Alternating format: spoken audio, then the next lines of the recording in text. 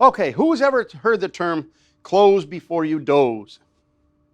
Anybody? Okay, basically, we're saying close your door. When you go to sleep at night in your bedroom, close your door. Does anybody know why we would close our door? Anybody? I know. How did I guess? Joe. You sleep with your door closed so your mom can't hear the TV when you have it on when you're supposed to be sleeping. No, Ma, I'm not watching TV. Not really, no. Mike. You want to keep your door closed in case there's a fire because it'll keep you safe.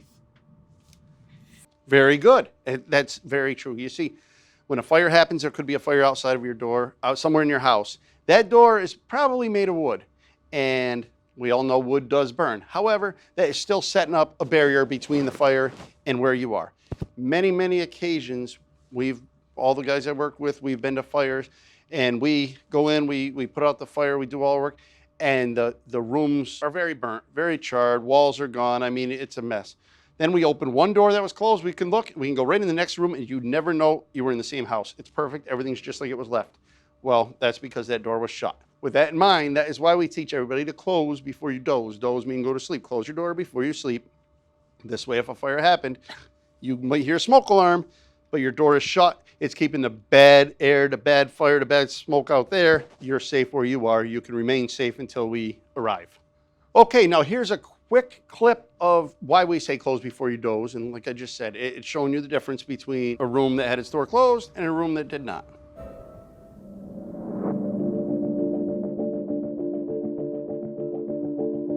I want to introduce you to Steve, the director of the UL Firefighter Safety Research Institute. I'll let Steve take it away. Welcome. My job is to lead a team of people that study how fire grows and spreads so we can keep you safe. Here at the Delaware County Emergency Services Training Center, we essentially turn this place into a laboratory. We've got several structures around here that we build to simulate where you live. And one of those structures is right here behind me. What I want you to do is I want to take you inside here, and I want you to see how this looks like your home. And then once we get you outside, we're going to go ahead and recreate what would happen if there was a fire in this structure right here. Look pretty normal? Yes. Yeah, got some furnishings. You'll notice the difference down here as we walk down. This bedroom door will be closed, and the one at the end of the hall will be open. And what I want you to do is pay attention to the comparison of the two of those and think about you and your family trying to survive this fire. All right, we just hit the button, we have ignition.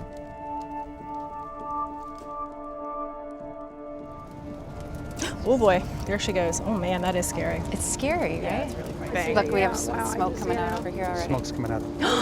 What a lot of people don't realize is that the furnishings that are in our homes today are made of synthetic materials. So they burn so much faster than your old natural cotton-filled furnishings used to be. The statistics that we've seen through our research is in about 40 years ago, you had about 17 minutes to get out of your house after the smoke alarm sounded. Now you have less than 3 minutes. Holy crap. See, this is the things that we were.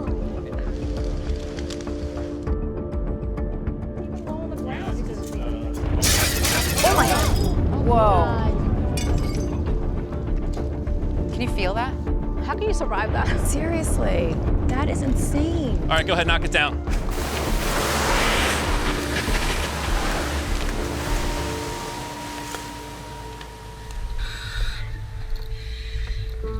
All right, as you remember, closed door on the left, open door on the right. And you can see the dramatic difference between the two with the simple closed door. Impressive.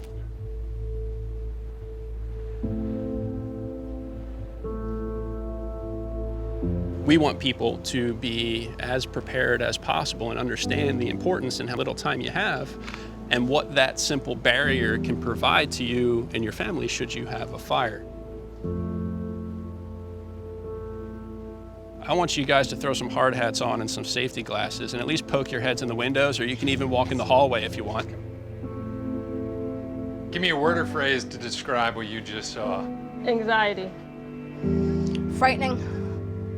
Terrifying. I really didn't expect anything like this.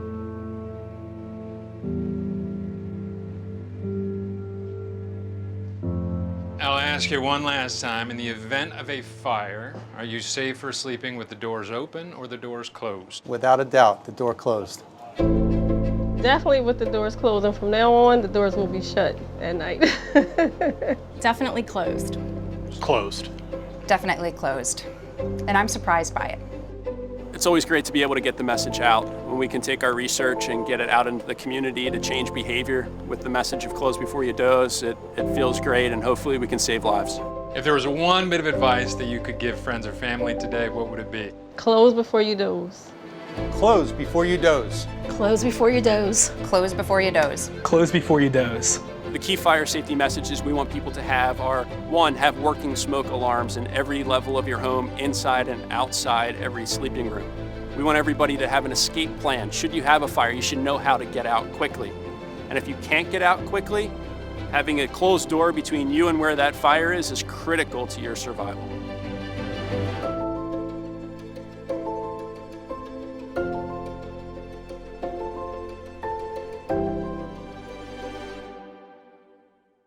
So as you saw in the video, now you know exactly why it's so important to close before you doze. Close the door before you go to sleep.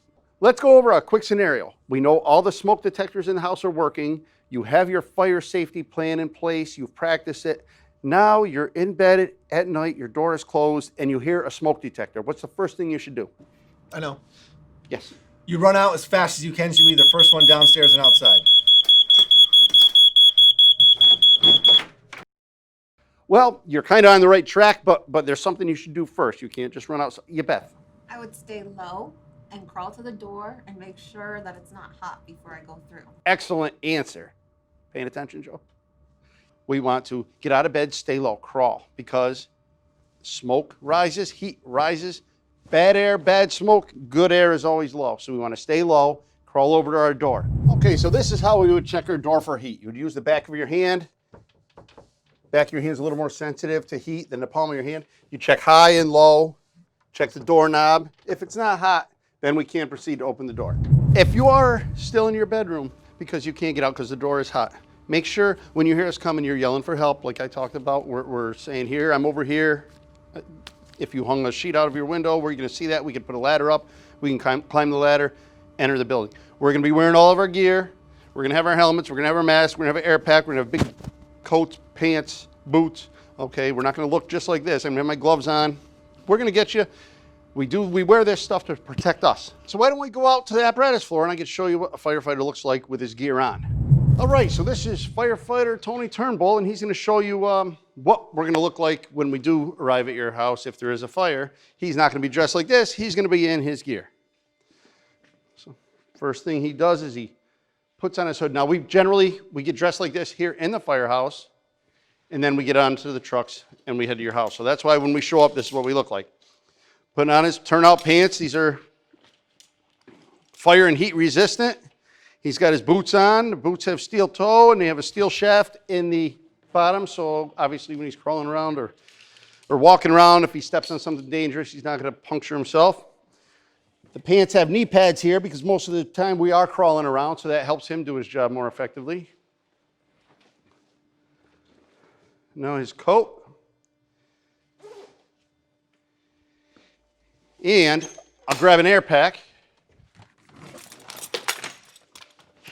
This is what he would put on in the truck on the way to the call, but we'll just show you right now what it looks like.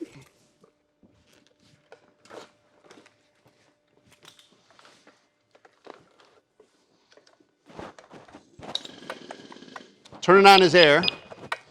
All this is good air. A lot of people think this is oxygen in here. Oh, it's an oxygen tank. No, it's just good air. It's like the air you're breathing right now, but it's just compressed in here. So we call this an hour cylinder. So he can generally work for an hour with this, but actually when you have all this on and your adrenaline is going and you're carrying heavy things and doing the job, you're looking at more like 35 minutes of work inside the fire. And then you'd have to come out and we'd have to replace his bottle for him with a new one. Keep the pack rate on. We just take the bottle off, unhook it, put another one on. Now I put his mask on. You see his hood here covers all his ears, and he doesn't have any skin showing, so he's not going to get burnt. And last but not least, he puts on his gloves. So this is what he'd look like coming into your house. Maybe he'd be crawling. Can you crawl and show him what you'd look like? He's going to be calling out for you, nice and loud. He might have a tool in his hand. He can reach out looking for you because it might be smoky. He might not be able to see too well. And he's going to nice and loud call out, "Where are you? Where are you?" I'd say, "I'm over here. I'm over here." Make some noise so we can find you. "Here I am." And then he can help you out of your house. All right, so now we know what a firefighter looks like with his gear on. And obviously it's the same person inside. It's just he has everything on just to protect us, help us do our job. So it's nothing to be afraid of. This is what we look like when we're at work. All right, guys, girls, I hope that was very beneficial to you. And just keep it in mind, like I said, October is Fire Safety Month, but that doesn't mean we only practice fire safety in October. This goes all year long. Fires can happen anytime. People can get hurt anytime. If you're watching this on YouTube, please look at the description. We did add a lot of links on there that you can follow, and they can help you with fire safety in the home, fire safety in general, escape plans, this type of thing. If you have any questions, feel free to contact us here at the Amsterdam Fire Department. And with that being said, look forward to seeing you next year. Thank you.